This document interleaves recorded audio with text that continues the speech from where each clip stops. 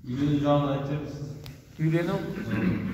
Үйлену жағы Пайғамбар саллаллаху алейхи ва саллям айтады: "Ан-никаху суннати фаман рагиба ан суннати фалайса минни."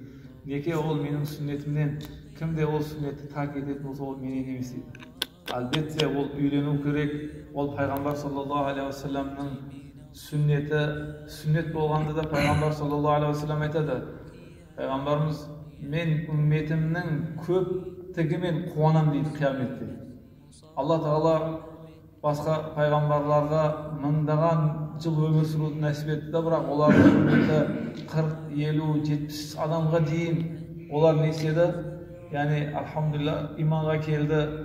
Бірақ ең аз өмір сүрген біздің пайғамбарымыз саллаллаху алейхи ва саллям. Ол біздің пайғамбарымыз саллаллаху алейхи ва саллям 63 жыл өмір сүрген болса да, бірақ пайғамбар саллаллаху алейхи ва саллям айтады: "Мен өзімнің үмметімнің көптігімен қуанамын" дейді.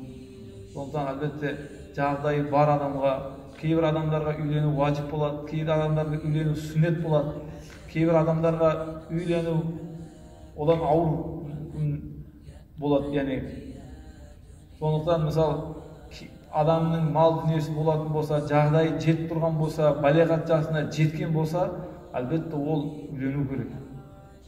Үйленбейтін болса, Алла сақтасын, бәріміз білеміз, күнәға алып баруы мүмкін. Сондықтан кейбір адамдардың жағдайы жоқ та, мысалы үйленейін десе жас келген, енді ондай адамдарға үйлену сүннет болады иншалла. Сондықтан әрбіріміз, мен андай қауымдан болмау керек, Алла сақтасын. Небір дүниедегі сондай исламнан басқа недегі адамдар бар. Олардың ақидасы бойынша біз бір өмір үйленбейміз. Олар сол нәрсені тақуалық деп ойлайды да, үйленбейміз дейді да, солмен Аллахқа ғибадат етіп өтсек, ертең Аллах Тағала бізді жәннатқа кіргізеді дейді. Алла сақтасын. Енді ол тақуалық та емес, ол үлкен күнә ол. Аллаға шүкір, біздің пайғамбар саллаллаху алейхи ва саллям не дейді? Ан-никах ол менің сүннетімнен. Кімде оны тарк етмесе, ол менен емес дейді айтады. Сондықтан Алла Тағала мына бойдақтарымызға салиха келіншектерді Алла нәсіп етсін иншалла. Үйленейін деген адамдарға Алла Тағала өзінің ойлағаннан артығымен Алла Тағала сондай бір келіншектерді нәсіп етсін. Пайғамбар саллаллаху алейхи ва саллям осы хадисінде айтсақ, егер уақыттарымыз көп алмай ақ, үйленіп жатқан кезде қыздардың 4 түрлісі болады дейді. Сол нәрсеге қатты мән беріңіздер дейді. Тункахул мар'ата ли арба'a ва ли малиха ва ли хасабиха ва ли джамалиха ва ли диниха фарфар би зати дин тарибат ядак. Әйелдің 4 түрлісі болады дейді. Яғни қыздардың, олардың мал дүниесі болады, олардың байлығы болады, олардың сұлулығы болады, 4-ші оның діні болады дейді. Бірақ сіздер 4-шісін таңдаңыздар дейді. Егер де бір адамда сол 4 сипат егер жиналса, ол альхамдулилла ғой. Мысалы ол сипат Хадиша анамызда бар еді. Хадиша радиаллаху анха, ол кісі бай да еді, сұлу да еді, оның тегі де альхамдулилла еді. Енді ондай сипатты бір басқа адамдарда ондай сипат толық кездесу ол қиын да. Мысалы бір адам қатты сұлу болуы мүмкін да, ол сұлулығы сонша қатты болса да, ол балалы болады. Мысалы уақыт келеді, 30-дан асады, 40-қа келеді. Қазіргі әжелеріміз көріп тұрмыз ғой, олар да жас кезінде қандай сұлу еді.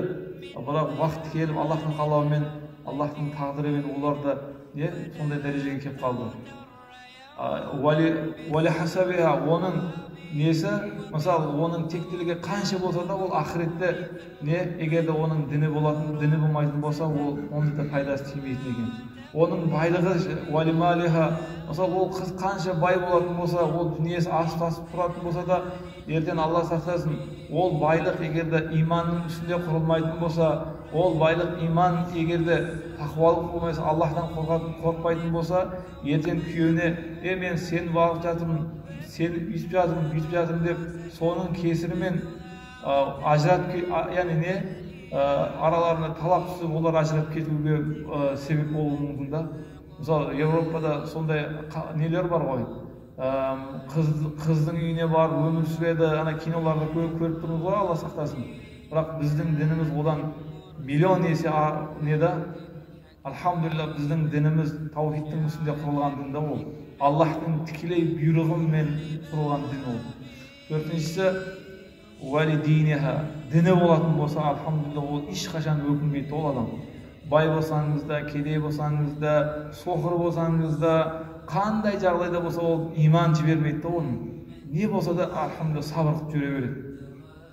Сондықтан әлбетте үйленейін деген жігіттер осы нәрсеге қатты мән беріңіздер. Діні барын таңдаңыздар. Бірақ өздеріңізде соған лайықты болу керек та. Ана бір ұстаздың әзілдесіп айтқан сөзі бар еді.